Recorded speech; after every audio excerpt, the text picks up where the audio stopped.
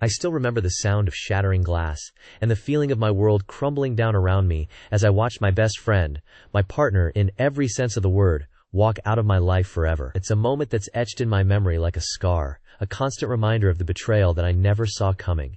I had met Alex in college, and we quickly became inseparable. We shared every secret, every dream, and every fear with each other. After graduation, we decided to start a business together. A small cafe that quickly became the hub of our community. Our days were filled with the aroma of freshly brewed coffee, the sound of laughter, and the warmth of friendship. We had a routine that was as comforting as it was predictable. Every morning, I would wake up at 5 a.m. to start prepping for the day, while Alex would handle the finances and marketing. We would meet at the cafe at 7 a.m., and by 8 a.m., the doors would be open, and our regulars would start pouring in. We knew every customer by name, and they knew us. It was a sense of belonging that I had never experienced before. As the years went by, our cafe became a staple in the community. We hosted book clubs, art exhibitions, and even live music nights. Alex and I were more than just business partners. We were a team, a duo that was unstoppable. Or so I thought. One fateful evening, as we were closing up the cafe, Alex called me into the back office. I thought nothing of it, assuming it was just another discussion about finances or the upcoming events.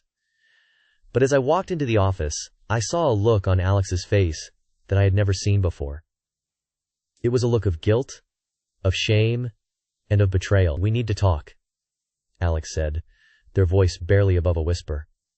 "I've been offered a deal to sell the cafe to a big corporation, and I've decided to take it." My heart sank, my mind racing with questions. "What about our dream, our vision?" I asked, trying to keep my voice steady. "You're just going to give up on everything we've worked for?" Alex's response still echoes in my mind. A cold, calculated reply that cut deep into my soul. "You're just being sentimental. It's business. It's just business."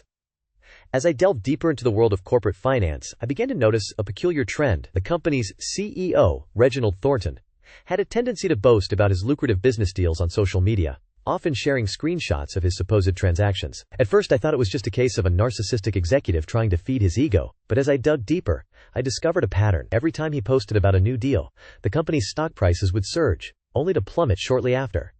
It wasn't until I stumbled upon an obscure forum post from a disgruntled former employee that the pieces started to fall into place. The employee claimed that Thornton was engaging in a practice known as pump and dump, where he would artificially inflate the company's stock price by spreading false information, only to sell off his shares at the peak, leaving innocent investors to bear the losses. I realized that this was the loophole I had been searching for, the key to unleashing a devastating revenge on the man who had wronged me. I spent the next few weeks meticulously gathering evidence, poring over financial records, and analyzing Thornton's social media posts. I created a timeline of his transactions, highlighting the suspicious patterns and correlations between his posts and the company's stock performance. I knew that I had to be meticulous, as the slightest mistake could blow my cover and alert Thornton to my plan.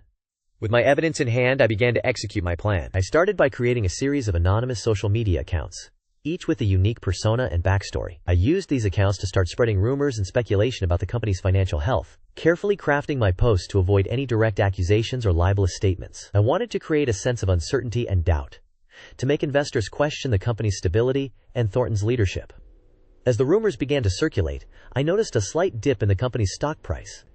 It was a small victory, but it was enough to give me the confidence to proceed with the next phase of my plan. I started to reach out to financial journalists and bloggers, feeding them tidbits of information and guiding them towards the evidence I had uncovered. I knew that if I could get key right people to start asking questions, the story would snowball, and Thornton's empire would begin to crumble. The first article to break the story was a small online publication, but it was enough to get the ball rolling. The article hinted at the possibility of insider trading and questioned the company's financial practices. Thornton, predictably, responded with a dismissive statement, claiming that the allegations were baseless and motivated by jealousy. But I knew that he was starting to sweat, that the walls were closing in around him. As the days passed, more and more outlets began to pick up the story. The company's stock price continued to plummet, and Thornton's social media accounts went dark. I could almost smell the desperation emanating from his office, as he scrambled to contain the damage and salvage what was left of his reputation. I, on the other hand, was just getting started. I began to receive messages from former employees and investors, all of whom had been burned by Thornton's shady dealings. They shared their stories, their anger and frustration palpable. I realized that I was not alone in my quest for revenge, that there were many others who had been hurt by Thornton's actions. Together, we formed a loose network, working together to expose the truth and bring him to justice. The final blow came when a major news outlet published a scathing exposé detailing the full extent of Thornton's wrongdoing. The article was a masterpiece, a meticulously researched and devastatingly thorough takedown of the man who had ruined so many lives. The company's stock price crashed, and Thornton was forced to resign in disgrace. As I watched him slink away, his tail between his legs, I felt a sense of satisfaction, of closure. My revenge had been a long time coming, but it had been worth it. I had taken down the man who had wronged me, and in doing so, had brought justice to countless others. But as I basked in the glow of my victory, I knew that my work was far from over.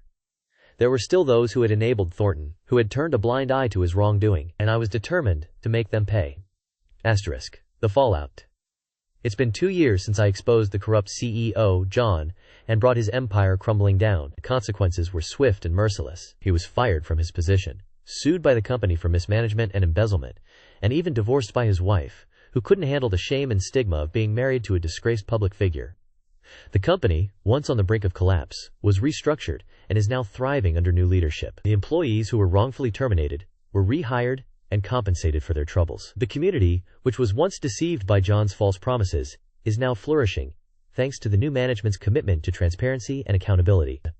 As for me, I'm now a respected and sought-after whistleblower, known for my bravery and determination. I've written a best-selling book about my experience, which has inspired countless others to come forward and fight against corruption. I've also started a non-profit organization dedicated to supporting whistleblowers and promoting corporate accountability.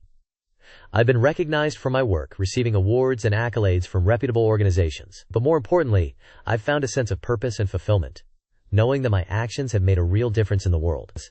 I'm now living a peaceful life, free from the stress and anxiety of working for a corrupt company. I've started a new business, one that aligns with my values and allows me to work with like-minded individuals. I've also reconnected with old friends and made new ones, people who appreciate me for who I am and what I stand for.